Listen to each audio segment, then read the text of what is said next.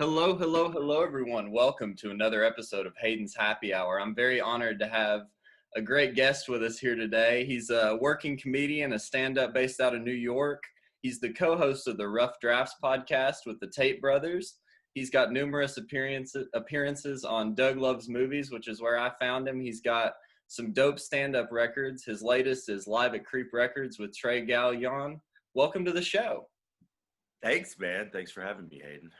I really appreciate you coming on. So I got to start with the elephant in the room. You know, as a stand-up comic, COVID's been devastating for y'all. How have you been managing with that and, kind of working through this crazy year we've all been going through? It's not going well, dude. I'm flipping out over here, man. It's a problem. It's a real problem. Can't go nowhere. Can't do any shows. I mean, there's some outdoor shows that have popped up, but, those are few and far between. So yeah, it's just you get good at collecting unemployment. Yeah, I know that. I actually started a job in February, so it was bad timing. Oh wow, yeah, that was really bad timing, dude. You missed out on all that fat money at the beginning. It was awful, man. I didn't work long enough to qualify, so I wish I'd gotten some of those checks. But so did your job get put on hold in March for a little bit? I was a personal trainer, and I was the first one in, so I was the first one to go. Oh, that's brutal. It was pretty brutal because I graduated college in December. Oh, wow. Yeah. Okay. Okay. It's all coming together now. I didn't realize you were taking classes and stuff still. Yeah, I just finished up last year. So this year was my first year as a real adult, and it's been a trip. Wait, how old are you, Hayden? I'm 23. We asked that on the 23. Good for you, buddy. Tons of time left. Tons of time. I mean, theoretically, tons of time. Who knows? You could die tomorrow. I mean, I could get hit by a bus. Who knows? I mean, it's Knoxville, so probably get hit by a pickup truck or. Yeah. They might put a rebel flag over me when I died in the street, Maybe it's been nice though. The last few times I've been there, there've been way fewer rebel flags flying around Knoxville the last couple times I've visited. So yeah, so I'll kind of start with how we met. Your mom volunteered at a free medical clinic in Knoxville, and you did a show in Knoxville at the Central Collective.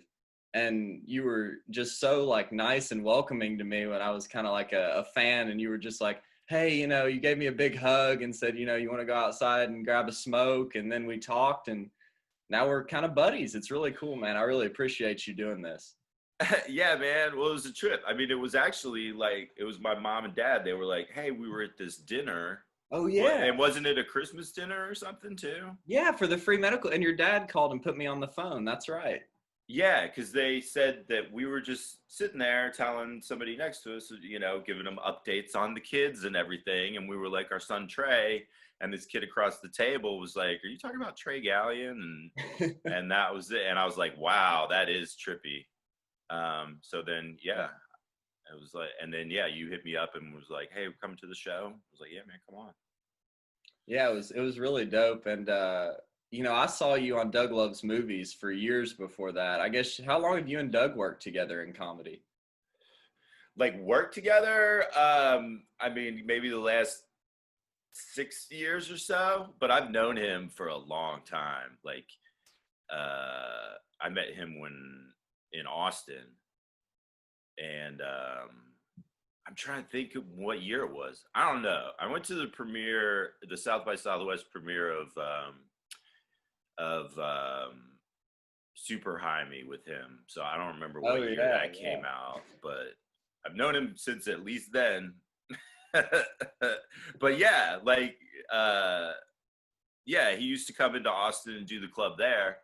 And the club there was, like Wednesday through Saturday or whatever. Yeah, and so he'd be in town just for 4 days. And so he'd hang out with all of us, and that's how I got to, I mean, fucking stoners, I mean, yeah, they run in packs, right? We got to run in packs. You got to stick together. Exactly. Especially Austin at that time, middle of Texas, Yeah, safety in numbers. Exactly. 2008 was when that came out, but I've known him longer than that because I moved up here in 2008.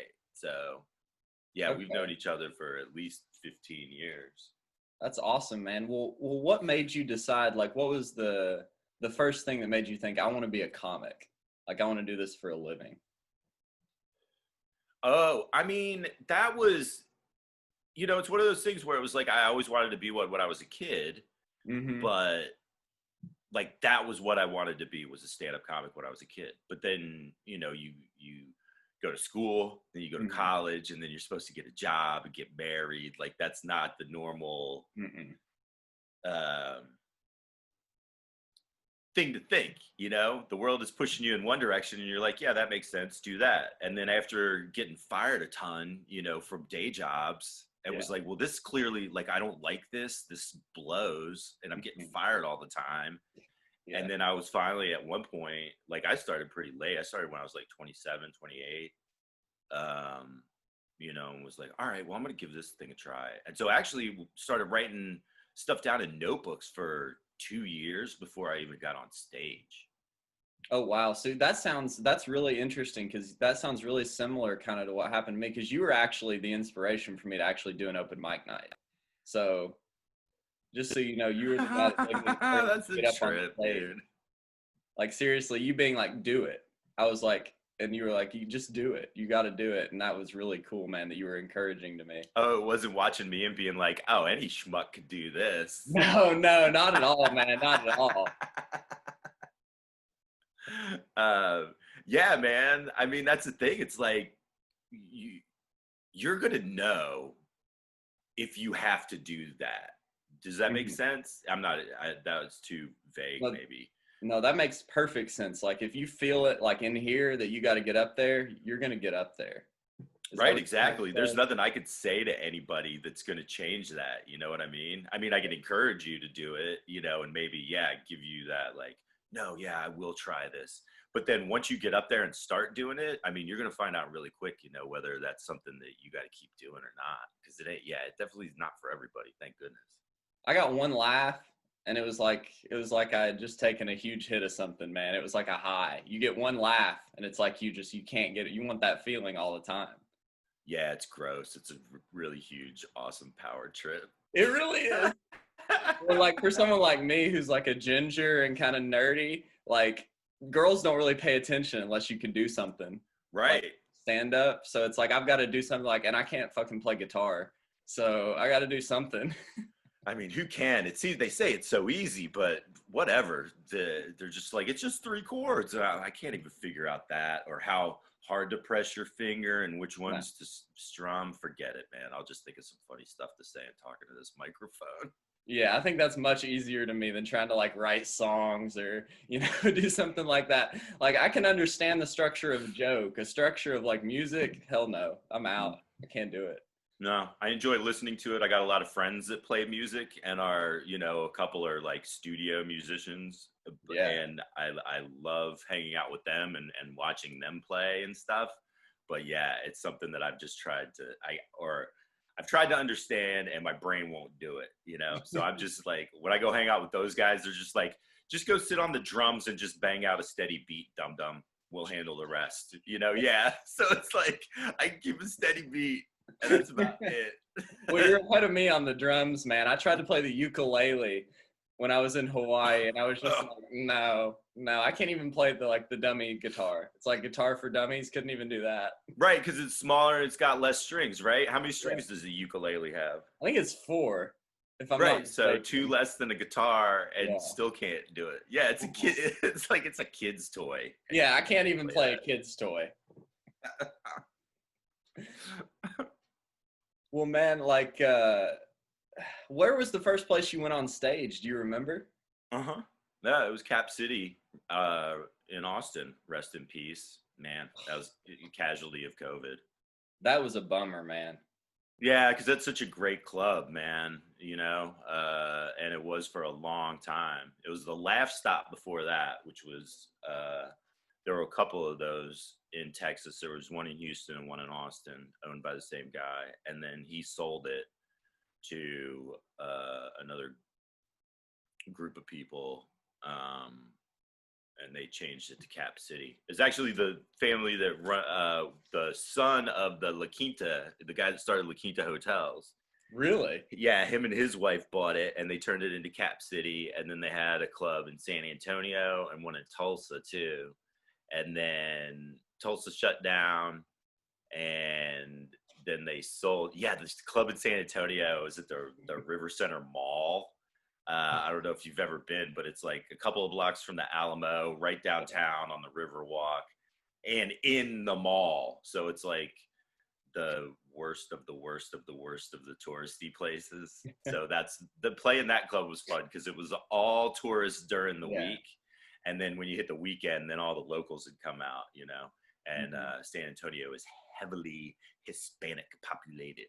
So your clubs would change. The crowds in the club would change from, you know, these white bread Midwestern people, you know, that were in San Antonio on business or on vacation, and then on the weekend it was like, yeah, man, pull out the fucking enchiladas and the nachos, and let's spick it up over here. I can say that because my mom's Puerto Rican. I was gonna say Trey's half Puerto Rican, right? Yeah. So that's you got the pass on that one. Yeah, barely. I squeak by. Squeak by. Yeah. Yeah, people still look at me funny, but you know, because I don't look Hispanic, I look very white. Well, what was it like growing up? So was your dad white, or was he Puerto Rican too? No, yeah, dad's from Knoxville. That's right. That's right. He's white as white as white as white. Like he was born and raised there, you know. Oh yeah, that's Knoxville. Right. Yeah, so we were talking about before the show that he grew up like pretty close to where I did, and so Knoxville, South Knoxville, like, in the family. So what was it like having these like two cultures growing up, like in the house? Well, the funny thing is like I wouldn't get the Puerto Rican culture until we went to my grandparents, you know, and visited my mom's parents in Bridgeport. They lived in Connecticut. And so that's where you'd get, you know, I'd get the arroz con habichuelas and you know, all that stuff, and the thick Puerto Rican accents, and that was all up there, you know, because mom was born in Bridgeport. Like my grandparents moved from Puerto Rico to Connecticut, and so mom was born and raised there. So like she doesn't have a Hispanic or Puerto Rican accent or anything. She talks pretty flat, you know. I mean, she talks East Coast, but you know, she doesn't have the Hispanic accent. And I mean, she tans up really nice, and she's got the hair and stuff. But you know, in the nose, people will look at her and be like, "Okay, you're something. You know, you're not exactly white, but you know, it's like diet minority." Yeah, which is weird, man. Because both of my grandparents are. I mean, you look at them and you're like, yes, they're Puerto Rican. Yes, they're very Puerto Rican. Yeah, for sure. So it was pretty normal for the most part. You know, there wasn't a lot of Spanish speaking in the house. I mean, none at all in the house because dad didn't speak it. You know, so mom didn't speak it to us kids. You know, I mean, we had some of those. You know, Sesame Street albums in Spanish. So I learned like the Rubber Ducky song in Spanish, but I don't remember how any of that goes. But you know, stuff like that. Yeah. You know? So it wasn't very different. It was pretty white. Gotcha. Lower middle class suburban upbringing. Definitely can relate to you there. You know, Knoxville, it's kind of like there's no such thing as an upper middle class in Knoxville. It's kind of like you're either Sequoia Hills or you're like pretty poor. Like there's no in between. Yeah, man. No, I mean, that's very true. You know, so same kind of thing. So yes, I grew up in the equivalent of South Knoxville, but it was, you know, north of Philadelphia. Yeah. And then we moved to Austin when I was in high school. Okay, so you started comedy in Austin. Yes. So, like, when you were getting fired from all those jobs, was that, like, day jobs just in Austin, like working as a server or something like that? Yeah, man. You know, working as I worked for an insurance company one time, doing what was it? It was numbers related. There was math involved, so I was pretty good at it. But that lasted 3 months until I had to take the drug test. Worked for auto loan company in their repossession department. which I didn't go on any repossessions. I just placed the accounts with different repo companies because these loans were all over the country. And so then I'd have to keep in touch with the repo companies. Got fired. Well, actually, no, didn't get fired from that one. Got let go. They were doing, because it was like, they were like D loans. I don't know if that means anything to anybody. Basically, it's people that would never, ever be able to get a good loan from a bank or anything like that. My company would give them a loan. So we had a lot of accounts in repossession. Yeah. So they finally, it was one of those board meetings where they bring everybody in and they're like, all right, we don't want anybody to worry. You're not getting fired. And then a week later, they're like, hey, we're laying off half you assholes. So, yeah. So it's like, we totally just lied to you in that meeting, by the way. Yeah. And then a marketing company answering phone calls. So it was a call center, but I didn't have to do outbound. It was all inbound, but got fired from that for hanging up on people. Stuff like that. Yeah. Just not being able to do that 9 to 5 life. Oh man, brutal. No, I can't do it either. My schedule, I'm like 3 a.m., go to bed, wake up 11.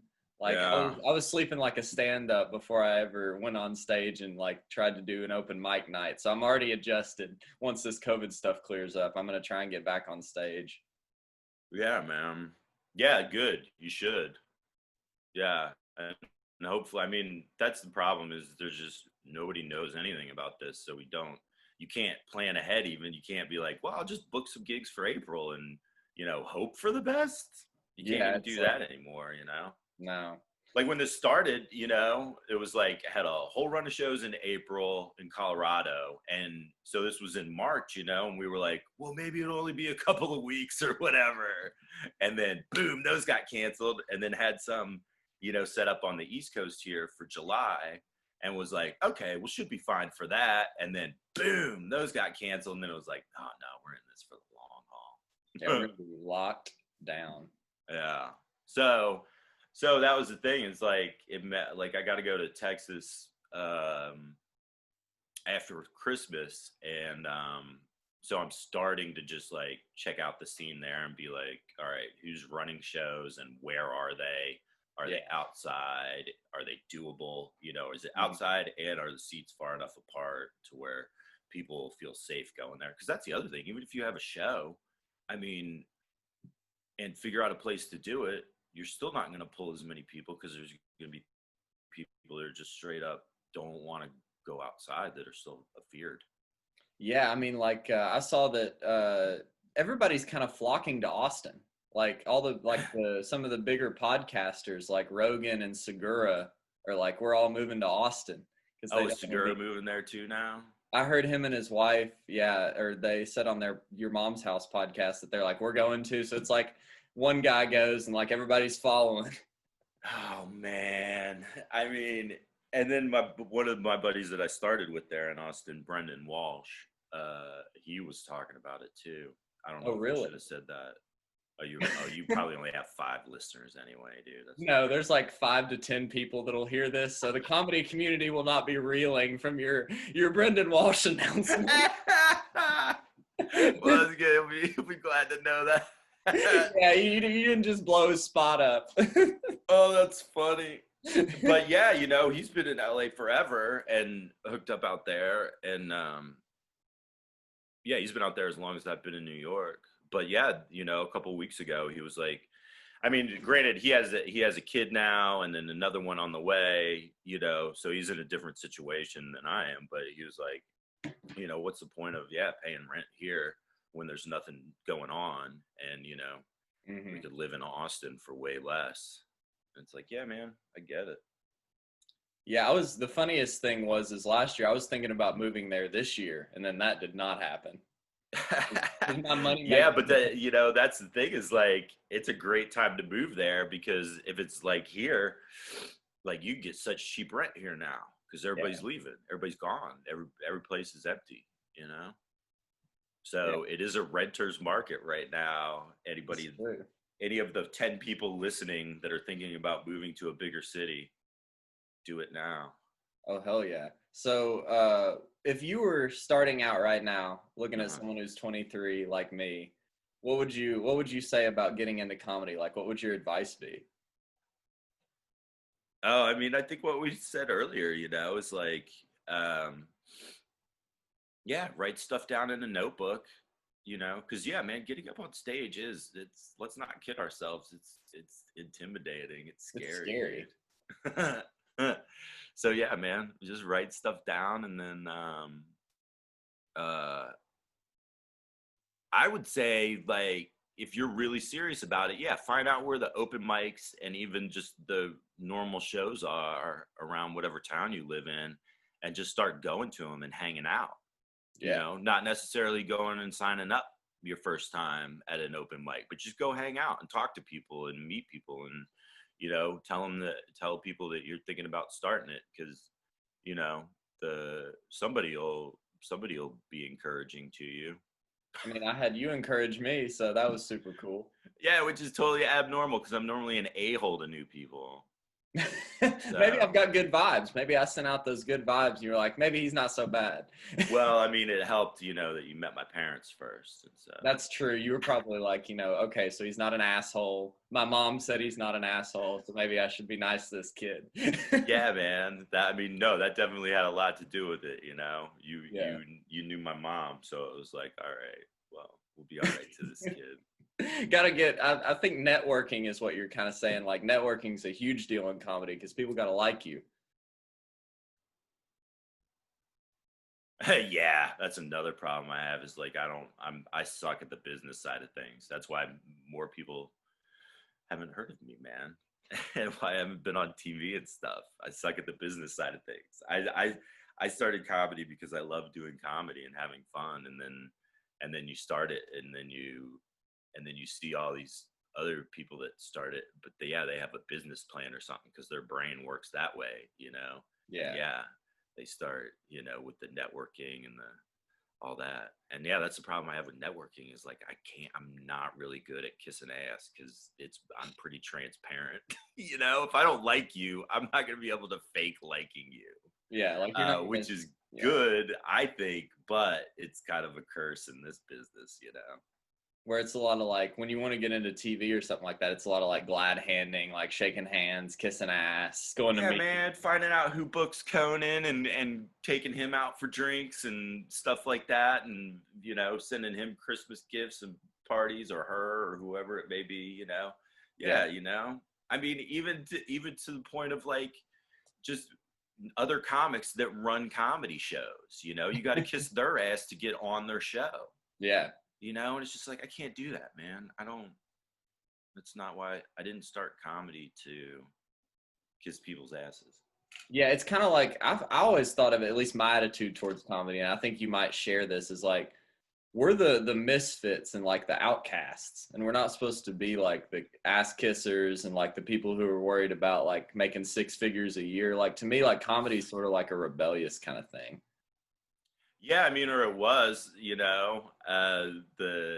I mean, you could. That's the other thing is, I've been doing it for 20 years now, so you see the landscape. I guess that's a dumb word to use, but the comedy landscape change. Like, yeah, when I started, I mean, Austin was smaller, the comedy scene was smaller. Like, there were so few of us that we literally all hung out together. You know, Mm-hmm. and there were only two spots to do comedy in Austin, and yeah, thank goodness the Velveeta Room is still open. But it was Cap City in the Velveeta Room. Velveeta Room had an open mic on Thursdays, and then they did Friday and Saturday shows. So you'd go hang out at Cap City on like Tuesday and Wednesday and Thursday, go to the open mic late on Thursday night at the Velveeta Room, and then hang out at both of them on the weekends, depending on who was headlining, which Yeah. room, Yeah. and hang out. And so that was our schedule. That's what we all did, and yeah, so we all just hung out together, got to know each other real well. And now it was, there weren't cliques because Mm-hmm. it wasn't a big enough scene for there to be cliques. Yeah. So it was like the nerds, jocks, dweebies all hanging out together. You know what I'm Yeah. saying? And Yeah. then but now I got, every year I go back and the town gets bigger and the scene gets bigger. Like that was the weird thing to me, was like when people started showing up from other cities, and they were, Mhm. and it was like, well, what are you doing here? They're like, or how come I haven't seen you before? And they're like, oh, well, I just moved here from wherever, you know? And it's like, oh yeah, you forget people can do that. Yeah. You know, but like, why would you move to Austin though? You know, they're like, oh, it's a cool town. And then next thing you know, hey, Austin's a cool town. And then it keeps growing and growing. You know, Knoxville's kind of had that same thing. You know, we kind of had an influx of people from other places because of COVID. And even before that, like people are moving here because like it's so low cost of living versus somewhere like New York. Dude, it's ridiculous. I mean, I'm going to end up in Knoxville at some point for sure. You know, now that, you know, family is there, back there. I mean, mom and dad have lived there, moved back there, what, 7-8 years ago? Oh, it's been a little while. But yeah, so, and I mean, Knoxville is rad. Yeah, it really is. And, you know, I remember when I met you, not on the phone, but in person for the first time, you know, the comedy scene's actually kind of growing. Like there's actually like a scene. Yeah, man. And you guys have a couple of really good comics, you know, and a lot of comics that aren't great, but have a lot of heart and unto. And so those are the ones that put together shows and stuff. And so then you just find more venues and you have more venues to do shows. And then you do have a couple of spots that are very supportive of comedy. And that's really cool to see. Yeah, because it was kind of like non-existent up until about, I'd say like 3-4 years ago. Yeah, like I'd done a few shows in Knoxville back in the day when it was the Side Splitters and Comedy Zone for a while. Yeah. And so I had done a couple of gigs back then, but yeah, like that was 10 years ago, you know, eight years ago or so when that club finally closed. And yeah, I mean, Knoxville didn't have jack. I'd come into town and be like, oh, there's literally nothing to do. No. So yeah, it was nice that you guys got a little scene going and got some people that were actually funny enough to where, you know, it was like things were happening there. You guys had a little comedy festival even for a couple years. Yeah. Yeah. You know, really you guys were trying to do shit. Oh yeah. And like, I remember one of the guys that you co-host that podcast with. Do you want to talk about Rough Drafts a little bit? Yeah, sure. What's the premise of the show so people who haven't listened know what it's all about? So we draft movies every week. We get 5 picks each, and we pick a different theme for each draft, you know? So like we did Keanu Reeves movies a couple episodes ago. We did movies released in 1993. Nice. Movies filmed in Austin, movies filmed in Cincinnati. The first one we did was movies with professional baseball players in them. Oh, that's very niche, but very cool. Right. So yeah. So that's kind of what separates it, I guess, is like we can pick whatever topic we want. Like the one we recorded yesterday was non-Christmas movies. Like Die Hard, maybe? Yeah, Die Hard is like the number one example.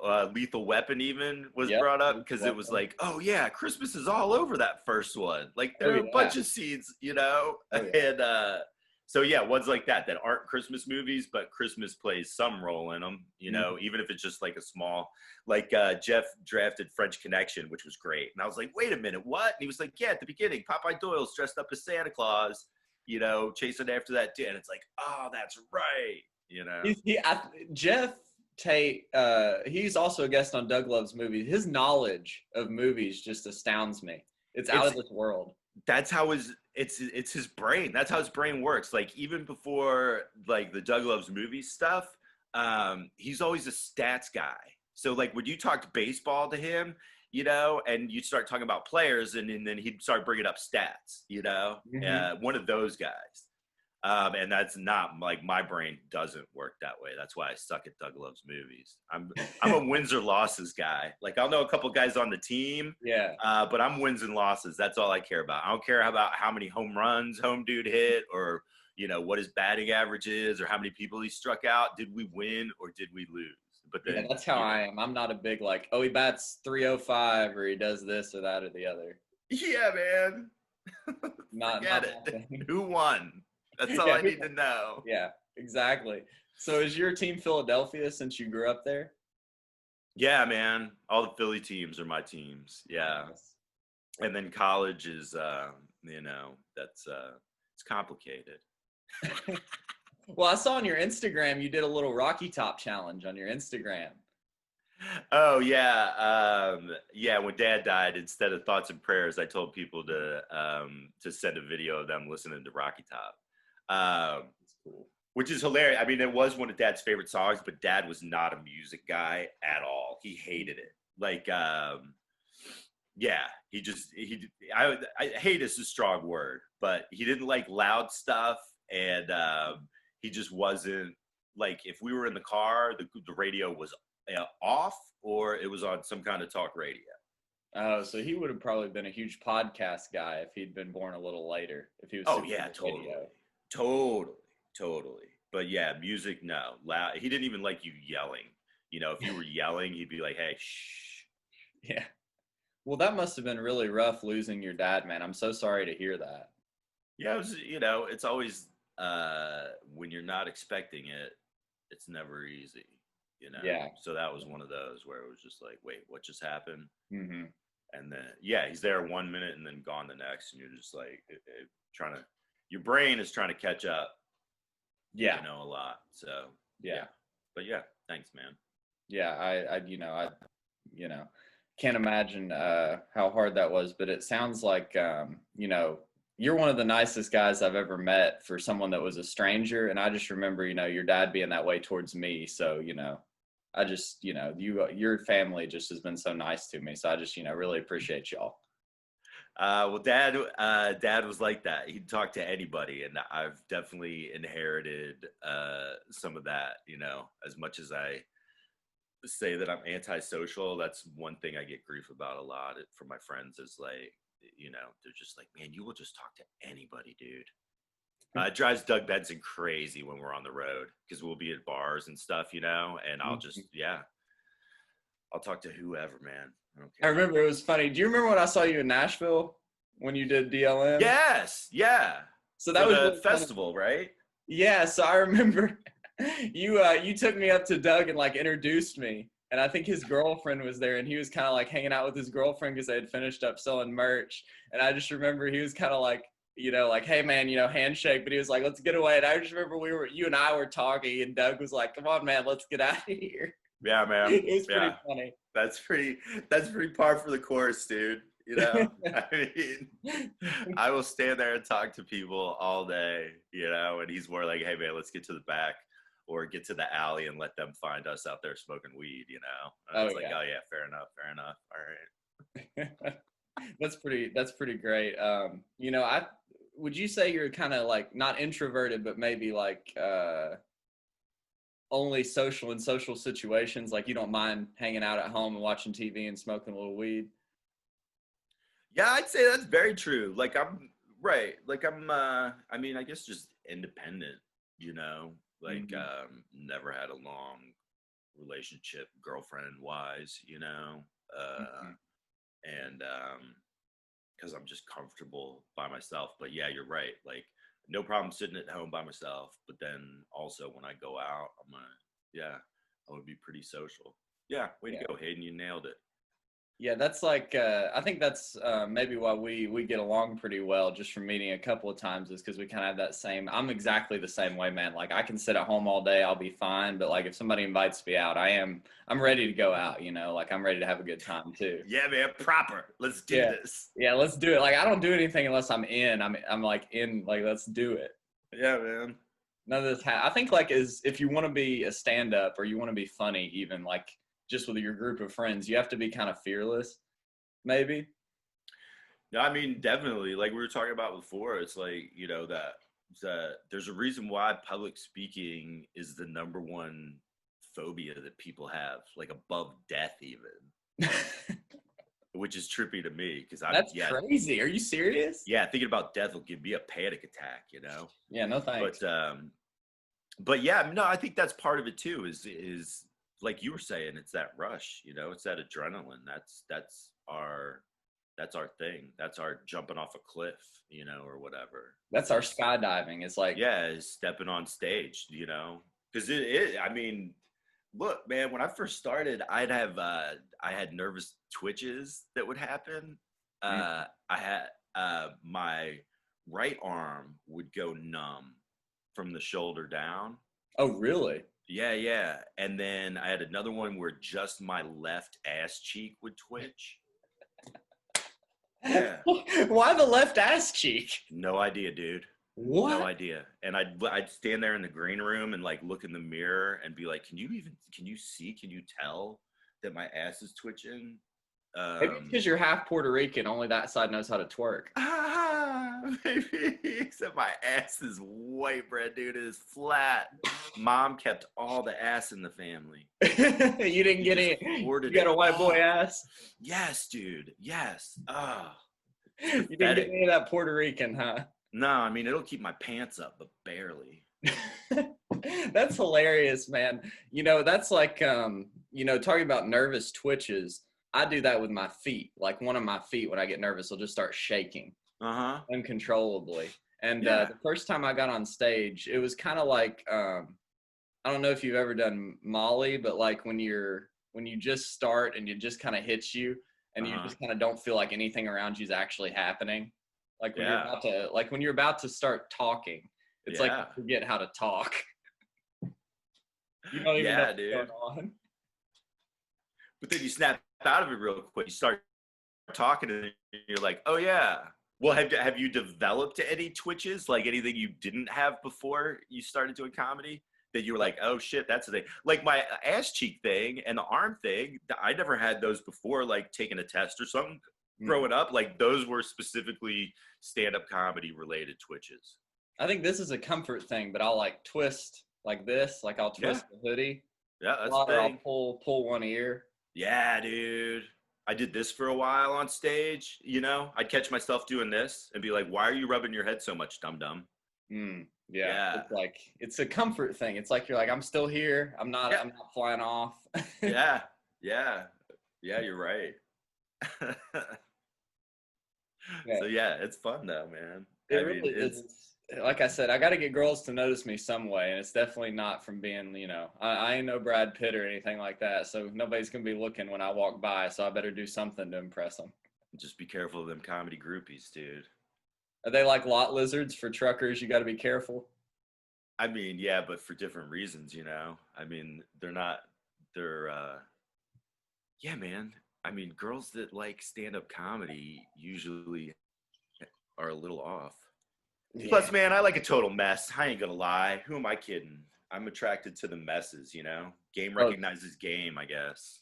Yeah, man. I'm the same way. I can't seem to lock down anyone who like is healthy or comfortable with themselves. You know, it's always like somebody who's like about to fall off the edge, but like they can still hold a job. So they're like, they might need to be in an insane asylum, but they're like making enough money to where they can pay their rent. Like that's the line I usually walk with girls. Dude, you're in for a long, hard one then, my buddy.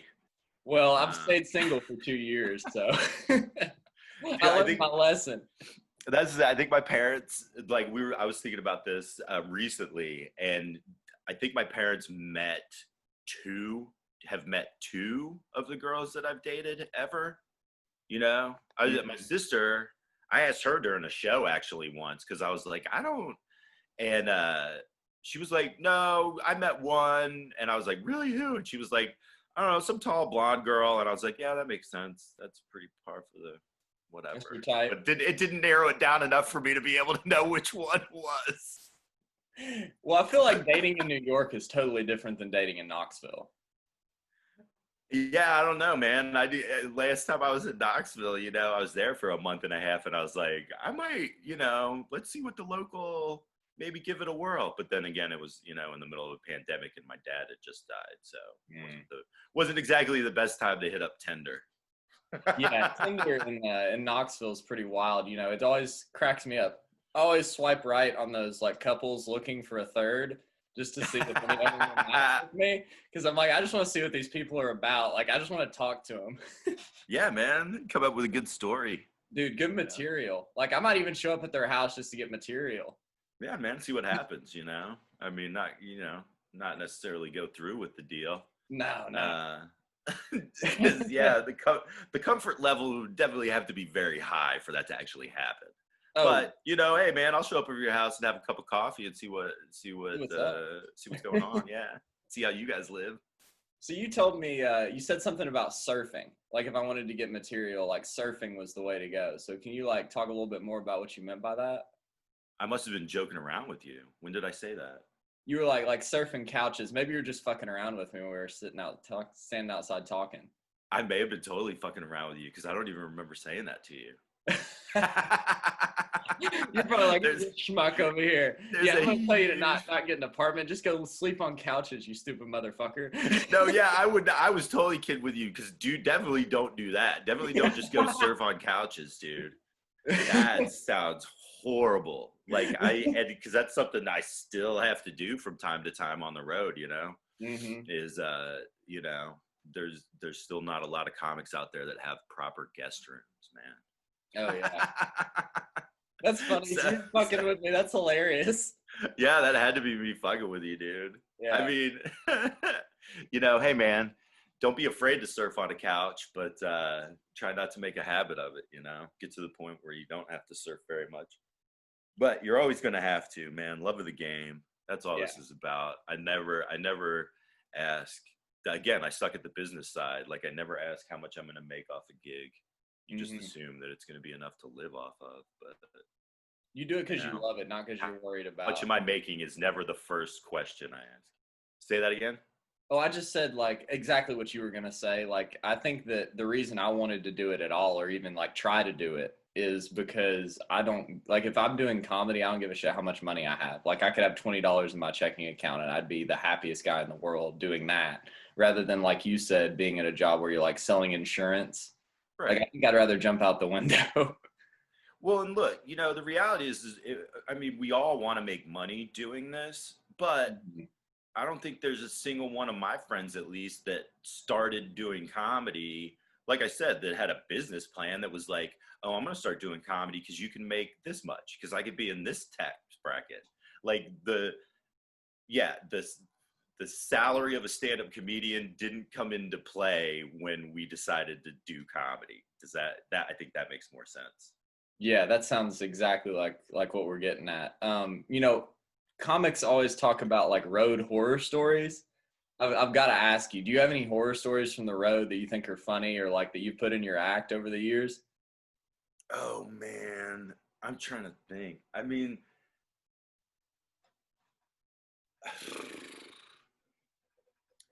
none that really pop out. I mean, there have been really crappy condos that I've stayed at over the years. Dude, there was one club in Lubbock, Texas, that was like a little 2-nighter on the weekends. And they had this horrible apartment that they'd put us up in that was just, there was nothing in there. It was like a couple folding chairs and a couple crappy beds, you know? And, but that was one where it was just, I rolled into town and got out of my car, and there was a bird stuck in my grill that I had hit that I don't remember hitting, but it was still stuck half out, like its ass end was hanging out of the front of my grill. And that's how the trip started. And then so from then on, it was just horrible. I mean, most of them are just with crowds, like playing Wichita, Kansas, and having a full room of people, and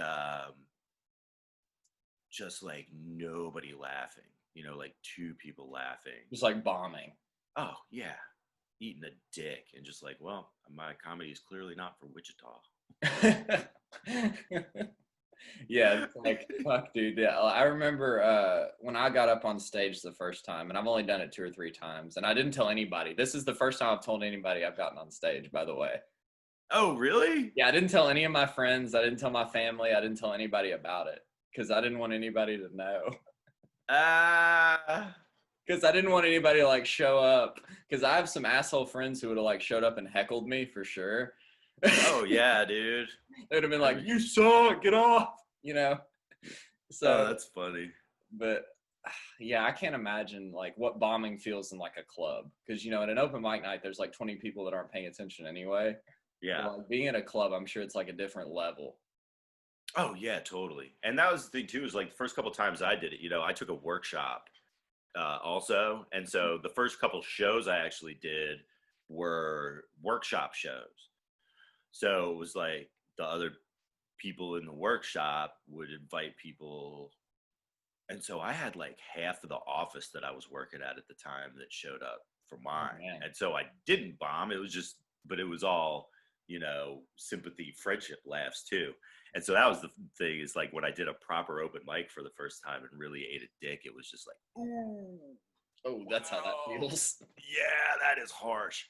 But then But that's that's the good. great thing about it, is like you so quickly are able to put that aside because you just found something new that you love, and you're like, oh, all right, so I need to write more. And then you write better jokes, and then that's how Yeah. you become a better comedian and get more stage time and get more comfortable. And yeah, but yeah, that's kind of the separating point though, where you see a lot of people come in and start, and then you'll see them for a month or two, and then you don't see those people no more because they Yeah. can't handle, The rejection. when it gets that real, you Yeah. know, when it's when it's like, oh, maybe I'm just funny at parties with my friends. Yeah, And like, maybe, dude.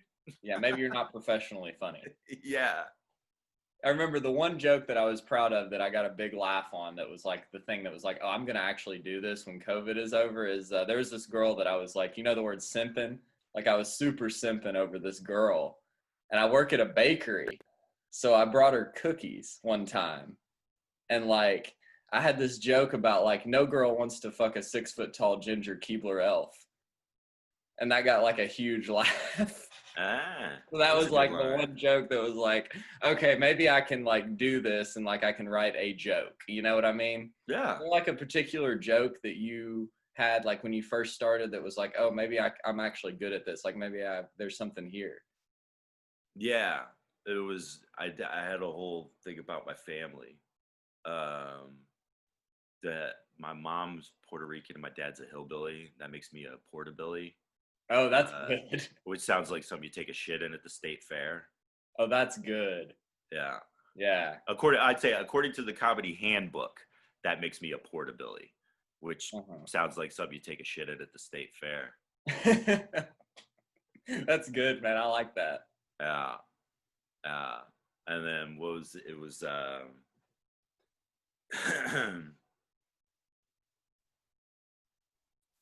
whoa, how did it go? It was about my folks too. It was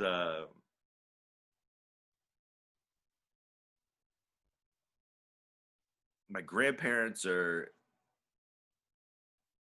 wait, never mind. It's on one of those albums, I think. But Yeah. it's it ends at the voting stump where dad's family runs into the woods. Yeah, what the joke is yeah, my grandparents were a little upset when my dad married my mom, because she was dating outside the family tree. Something stupid, dude. It's on that. I think it's on the moronic, maybe. Oh But yeah, it's horrible, horrible, horrible joke. But that's one that like my friends to this day, will be like, "Hey man, do the voting stump joke." It's like really cool. yeah, that's like one of those that's like your friends are, because the people that know you like have probably met your family are like, oh shit, yeah, that's hilarious. Or people Yeah, that know you. yeah, yeah. But let me point out, I mean, my dad's family was not racist in any way. My great grandmother didn't, she was a little racist. She didn't really treat us too kindly, or mom too kindly, because the Puerto That's just Rican one of thing. those. It's like it's in the soil. Like if you go back far enough in Tennessee, man, if you go back like 100 years, it's just like it's so deep back in there, you know. Yeah, and that was a trip too, because that was because my great granddad, her husband, was one of the nicest, most lovable guys you'd ever meet, Mhm. But she was just ornery, dude. I mean, she didn't like me because I'm left-handed too. So I was like, Oh, you're one of those weirdos. yeah, dude. Yeah. Like she brought it up a couple of different times. She was one, like when she died, nobody was really Yeah. that upset about it. Everybody was like, That's funny. I had a great aunt like that. Her name was Mary, and she had like a withered arm, and she was super mean. And so she would always, like, when we were kids and we start getting pimples, she'd always come up to us and go, "Why you got all that acne on your face?" hot damn. Yeah, And like just mean for no good reason. yeah, and so when she died, we were all kind of like, it was more like an Irish wake, like we were celebrating. Yeah, exactly. Danny Mac, man, the only thing I'll give her is like anytime Bill Cosby would come on the TV, she'd be like, I don't like that man. And right. But this was the 80s when everybody loved Bill Cosby. And so we were just like, she's just a tad racist. But turns out on that one, she fucking nailed it, huh? Yeah, she fucking nailed that one. One thing I've found is like anybody who like is super off, like doesn't want to curse or is like super about being wholesome, they're usually the most fucked up people. Yeah, right. Like they're always the most fucked up people. Like they always like drug women and drag them back to their basements, or like, they're up there preaching and then they're having sex with little boys or something. Like the holier than thou people are the ones you got to watch out for. There's something going on. It's like LeBron James. I don't trust him. I think he's got kids in his basement, dude. I think we're going to find out some horrible, horrible things about LeBron James in the future. Well, like if you call yourself the king, I mean, you think you can do anything you want. He has the chosen one tattooed across his back. Yeah. Ego maniac. Yeah, something is up with that dude. He's got something locked up somewhere that he shouldn't. Dude, I'm so glad you said that because so many people I know like kiss LeBron's feet and like worship that dude. And I'm like, there's something fucked up. Like he's like going to be like Bill Cosby. He's going to be like 70 and there's going to be some dark ass shit come out. I'm with you. That's a trip. We're on the same page there, man. Oh, I see through it, man. There's something going on. It's like what Kyrie Irving. I was like, that dude is off. And then he was like, the earth is flat. And I was like, told you. Yup, there you go. See? So, yeah, LeBron's is going to be way bigger, though, than the earth is flat, Yeah, his is going to be like, I flattened some kid with my car. Yeah, dude. It's for fun. Yeah, for fun. Like, I enjoyed it. Yes. Oh.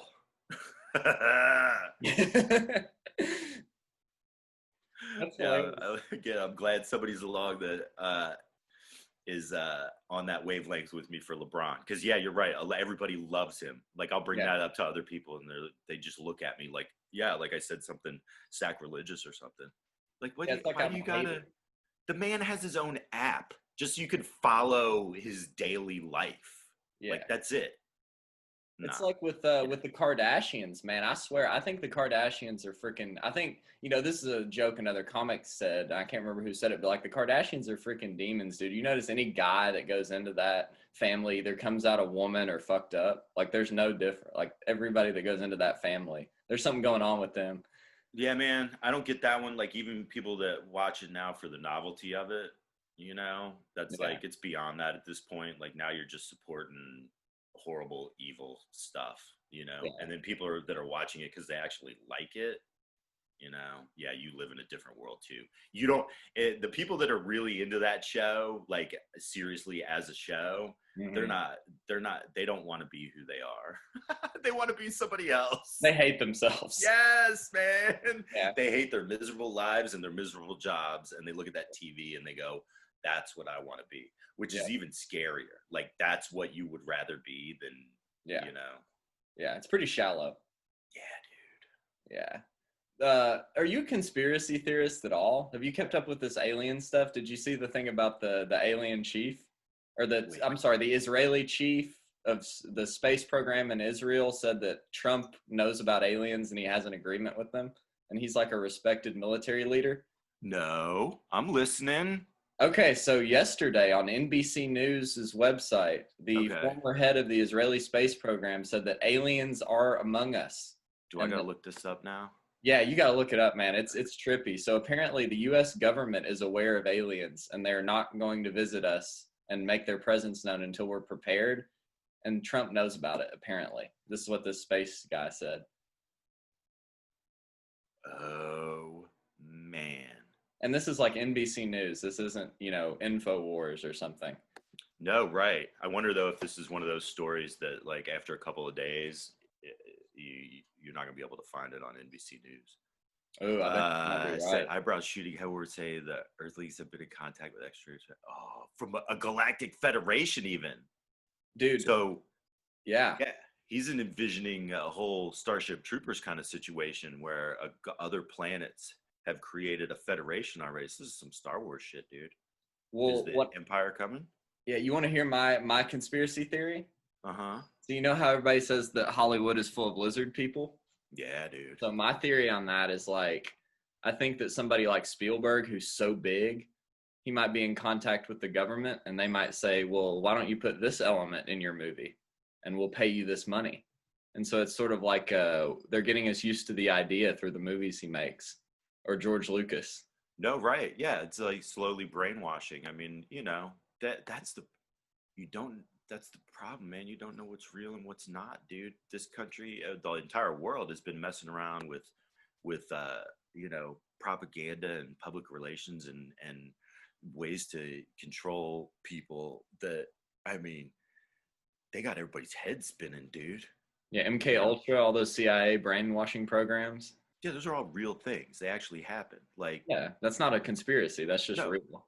propaganda was used heavily during World War II, leaflets dropped, in Europe and stuff like that, that were just, I mean, both sides, stuff that Mhm. was just completely made up about the other side, trying to get people to convince them, to brainwash them that that side was horrible enough that you needed to kill them. Yep. That's some crazy stuff, dude. Yeah. I mean, the 1920s, yeah, man, I went down a rabbit hole recently. What's his name? Bernays, the godfather of public relations is what they call him. But Mhm. he was the one in the 20s that was hired by the cigarette companies to promote cigarettes to women, because then it was still considered kind of taboo for women to smoke. And so he came up with this idea that he was going to get like 15, New York City socialite women during the big Easter parade in New York to march down Park Avenue and light up cigarettes along the way and call them torches of freedom, and call the newspapers, got them to report on it. So a couple newspapers report on it. It ends up on the front page of newspapers across the country. Next thing you know, women are a huge part of the cigarette market, because of this. And so to think that they're not doing that on every level of our lives, like people are getting paid good money to try to convince you to buy a certain thing, and you need to think about that when you're watching commercials and ads and stuff like that. Like those people are getting paid a lot of money. And I mean, even the like, oh, what was the other, this is kind of taking a tangent, but like in the 20s it was also every country had a eugenics program, Yep. and Mhm. eugenics was widely talked about, which is, if you don't know, it's population control basically. And Mhm. so the reason that that became uncool was because a little dude named Hitler decided to take eugenics to the next level and really messed it up for everybody. And so then everybody was like, oh, because they had eugenics programs and that's what they called them. And so then everybody was like, oh, maybe we don't call it eugenics anymore. Maybe we switch the name to Planned Parenthood or something like that. And I'm not trying to take a swing at Planned Parenthood there, everybody. Calm down. Don't send Hayden any horrible emails. I'm But I just think saying that it's that's the fair to say, reality of what happened. Was like, so yeah, there's still eugenics programs that countries run, yeah. but they just keep it under the rug because of the whole World War II situation. But yeah, if you go back to the 20s and 30s, eugenics was widely and not secretively talked about. It was very public. And it was like mainstream science, kind of like if you ever seen Django Unchained, like when the villain of that movie, Leonardo DiCaprio, starts talking about the differences in skulls between African Americans and white people. That's what Yes. it is. Yes. And that was like a thing. It's like, oh, you're more criminal if you're black because of the shape of your skull, or if you're Italian, you're more criminal because of the shape of your skull. It was total like racism under the Right. guise of like fake science. Right, exactly. And then some real science in there, as far as like, breeding certain things. But that's where, Hitler got it wrong, is he was like, you just breed a bunch of white people and everybody knows you got to mix the races, and then you have stronger immune systems, better genetics, the whole thing. That's So why it's not mixed actually people are going about, to be the future. Yeah, dude. Yeah. And Latinos. I'm a thing of the past, man. I'm Yeah, all man. I'm all Scotch Irish, so I'm gonna be on the way out, man. I need a little bit of Puerto Rican maybe, or maybe some some other kind of Hispanic in there, or maybe like Yeah, a you're gonna little be bit. all pale, Yeah, shriveled in a corner with your yeah, rickets and bone disease and whatever else you have, you yeah, inbred retard. Oh, yeah. that slipped out. Oh, Sorry. it's okay, man. I'm pretty R-worded, so it's all right. That's one that's been one of the last ones to kind of leave my vocabulary just because it is so much fun to say, but Well, it like, is like I can say I can at least throw mentally in front of it. yeah, mentally retarded is There cool. you That's go. like a medical term. But Right. like, here's the thing. I'm over and like I don't want to go on a 20-minute rant about cancel culture because everybody fucking does that and it's kind of hack at this point. But like it is true that it's bullshit that there's like words that are off limits besides like the N word or something. That's Sure. just like don't say that. It's like if you want to say retard, but accept the consequences if somebody doesn't like it, you know? Yeah, totally. You know, um, or change the channel or don't listen to it or anything like Yeah, that. But also on the other side of things is like, we are a society based on social norms, and so exactly. you do have to pay attention to what the social norms are too. You can't be ignorant to that. Exactly. So that's the thing, is finding the middle ground. Yeah, and like as a comic, I think you're kind of allowed to walk on the line, you Well, know? sure, because that's the other reason a lot of us started doing this, is because you can legitimately say whatever you want, you Yeah, know, yeah, and that is another side of the business side of things that gets a little off-putting, is when you do have people that are in higher positions in the comedy business that then start telling you, well, you can't say that, you have to say this, or can you try to say that in a different way so we can put it on TV, and then anyway, that opens up a whole nother can of there's a lot of cans of worms to deal with, but I look at somebody like Doug Benson, who's kind of forged his own little network where he can kind of run. He's like a business in himself, like I think that's the way to go if you're somebody like you who's like independent minded, is like you got to create yourself as the business, because he's got like a Patreon and that sort of thing, and it's at least you have the power. Like it's hard. Like I tried to start a Patreon for this podcast and I got like 3 patrons and one of them was my mom. So I yeah. put that down, Yeah, Like, like we haven't even started one for our podcast. I think that's going to be like let's see how many people actually start listening to this thing regularly, mm-hmm. and then go from there. Yeah, exactly. But it is, yeah, you're right. Like Doug is good at both. Like he's one of the best joke writers I know, like pure joke writers. And Mm-hmm. he's also really great at the business side of things, like keeping everything in order, keeping, like the podcast that he's got to do, and other things like that, keeping everything in line. Yeah, it's a Yeah. hard balance if your brain, like you said, doesn't work that way, you Yes. know? Yeah. Like I'm just like hey man, tell me where I gotta be and when I gotta be there and what Yeah. hotel I'm staying at. Yeah. Where's my hotel and what time do I gotta be at the club? That's And all I'll I care handle the about. rest, Everything else dude. is gravy. I don't Yeah, give a shit dude. about anything else, Yeah, I'm just happy to be there and telling jokes. Mm-hmm. And then you're like, oh, wait a minute, what? You look at the paycheck afterwards and you're like, oh yeah, we forgot to have that discussion beforehand. Damn it. Damn it, they fucked me over. Yeah, but boy, did I have fun. Yeah, exactly. It's like, it's like almost like, it's like you're in an abusive relationship with your career. It's like, I love it so much. It just fucks me over all the time. Yeah, dude. And that was one funny thing, like, it just kind of goes, like, whenever I'd get a gig, and I'd call my folks, one of the first things Dad would always ask would be like, so what are they paying you? And I'd be like, Dad, I have no idea. Every time I'd be like, Dad, I have no idea. Yeah. Like, I don't know. I got to call them back and find out. I just said, they were just like, hey, do you want to perform? And I said, yes. Yeah. Yeah. Tell me when to be there and where I'm staying. Yeah, man. Yeah. Yeah. That's like Doug shows with him. I've never asked what I'm getting paid. I just do the gig, and then at the end, you Mm-hmm. you trust that you're being compensated barely, you know? Yeah, because you like go. So if you go on the road with him, it's like a full weekend, right? Like, Or a couple days, you know, it yeah. depends on the club, you know. But yeah, like half the time we'll do stand up and a Doug Loves Movies, you know, or would.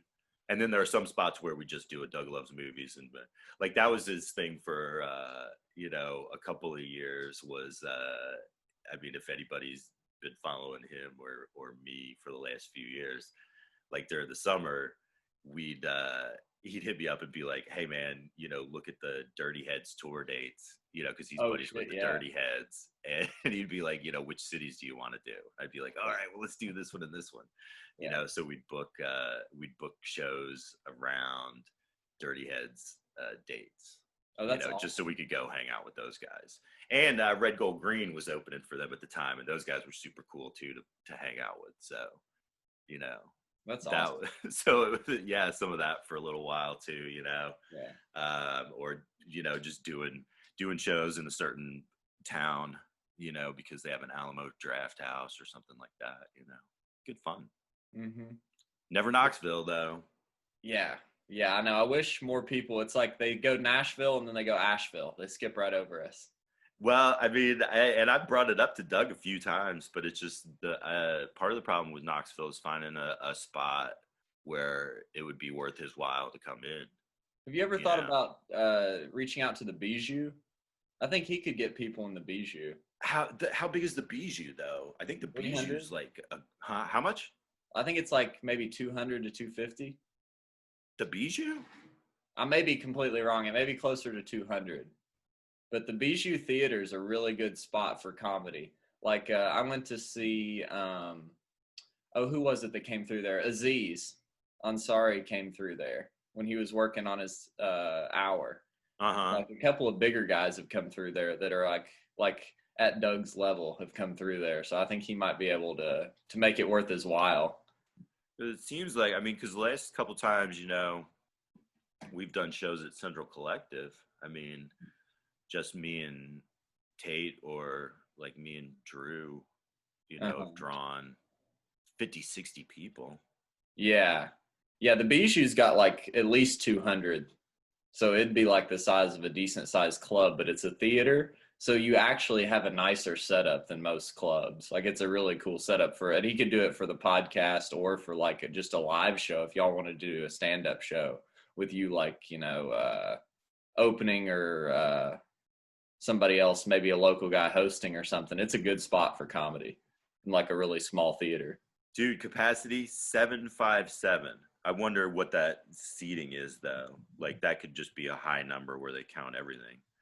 But still, that's not. I thought it was even bigger than that. So that's cool. That's that small. Yeah, so that is an option. But that's the other thing is like, you know, 700 seats. You know, if Doug only fills two of them in Knoxville, 200. You know, that's still a lot of. Like I. That's the problem is like I don't think anybody, since he's never done Knoxville, there's no telling how many people would come out to see him. You know, and maybe that's the thing is like he doesn't have enough people online from Knoxville saying, "Hey, come to Knoxville." Yeah, I've said it to him a couple of times on Twitter, and he's one of those guys that will like reply to you, which is crazy to me because he has like a million followers, but he'll actually like hit you up and be like, "Oh, I'll check that out" or whatever, which is really cool. And like, I think what I've found with comics is like if you're cool and you're not super abrasive, most of the time comics are one of the most welcoming kind, like people that'll like talk to you and like shake your hand kind of thing. They're not Yeah, like, the good guys. Yeah, yeah, yeah, man. No, that's definitely you're definitely right. Um, yeah, the ones that are a-holes are usually a-holes for a reason. That's what I found out. yeah, You know, yeah, there's something something's going wrong in their life or in their head, man, and yeah, they don't need to be talking to people. yeah, yeah. I guess Maybe that's talk a to nice them way. like, But yeah, that's a like yeah, Doug's one of the cool ones. I mean, remember, we're all human beings too, so you exactly. know, I've never but I will say this, I've never seen Doug be mean to a fan or anything. Yeah, Like there are times where he's like, I don't want to do this anymore. And then that's when it's like, okay, well then you go to the green room, you yeah, know, and hang out in the green room for yeah, a while. You yeah, know, like we've done shows where he's been like, I don't want to go out in front and hang out tonight, you know. So I'll be like, okay, cool. Well, I do. So I'm going to go out there and talk to some people, or I'll just, hang out in the green room too. But that's not that, you know what I'm saying? Like he at least recognizes that and is like, I don't need to be around people right now. So I'm just going to hang out, but if he's hanging out, yeah, dude. I mean, one of the nicest guys, dude. We did a 420 show in Paradise, right before they had all those fires roll through there. This was a couple of years ago. And we did this theater, 700 seat theater. And after the show, we hung out in that parking lot. They turned the lights off on us. And some dude pulled up with his car with a light bar on top and flicked it on. And we just kept hanging out. But, so that's Doug. He'll sit there and hang out with you in the parking lot till whenever, That's awesome, man. Well, who do you think was the person in comedy that like gave you the most help when you got started? I mean, yeah, it was really just like the comics in the Austin scene at the time when I started. So it was the Austin Stories crew. It was Chip Pope, Laura House, Howard Kramer. And then there were some other local Austin comics that were super cool. Just helping out that wise. And then, having access to Cap City and big name people coming through, like Ted Alexandro was a big help to me at the beginning. Yeah. And even bigger name, like, I mean, any of those guys, Craig Giraldo, Dave Attell, who else? Freddie Soto, R.I.P. Guys like that would just come through town and were just good dudes, and they'd hang out with you. And I mean, Doug is one. Doug's been a huge help to me. Because you'd build a friendship, and then you'd also be building a business relationship. So it's kind of networking without networking, because you were just making friends with the dude. But that's a lot of it is comedy. If you want to go on the road with your friends, like that's what you're going to do, you're going to, and you first get to that point, right? You got to make friends, and you got to get good enough at comedy to where you can bring your friends on the road with you. Exactly. And then it's game on. Yeah. Then you're living the dream. Yeah. Or some version of it. Yeah. Some version. Yeah. I remember I was watching a podcast, and it was a pretty well-known comic. Said a new actor came up to him at the show he was on, and he was like, how does it feel to be living someone else's dream? And they said they've been shooting since like 6 a.m. and it was 1 a.m.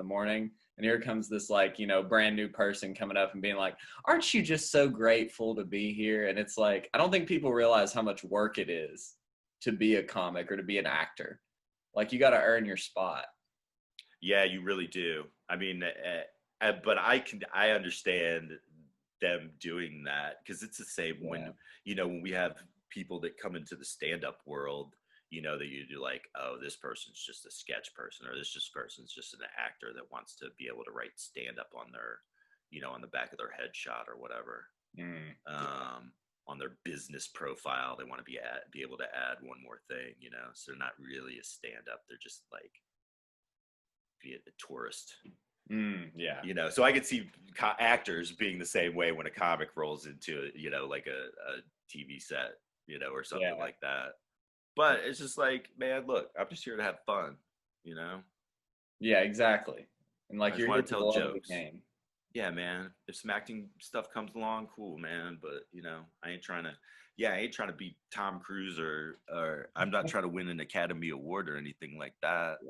And yes, I definitely do not. I'm not trying to be Tom Cruise. I don't want to be brainwashed and blackmailed by some crazy so-called religion. Yeah, just because they have your gay sex tape. Yeah, exactly, man. Oof. Yeah, he must be in deep, dude. He's got something. He's got something in there that he does not want getting out. No, for sure, dude. I mean, he is locked down. I feel really bad for him. Like Travolta. Whatever. Yeah. Yeah. Well, man, it's been amazing having you on. I can't believe it. It's been an hour and a half that we've been chatting. It flew by. Hot damn. Oh, yeah, it did. Look at that. It's 3:30. But, man, dude, I wanted to give you a chance to, like, plug yourself, tell everybody where they can find you.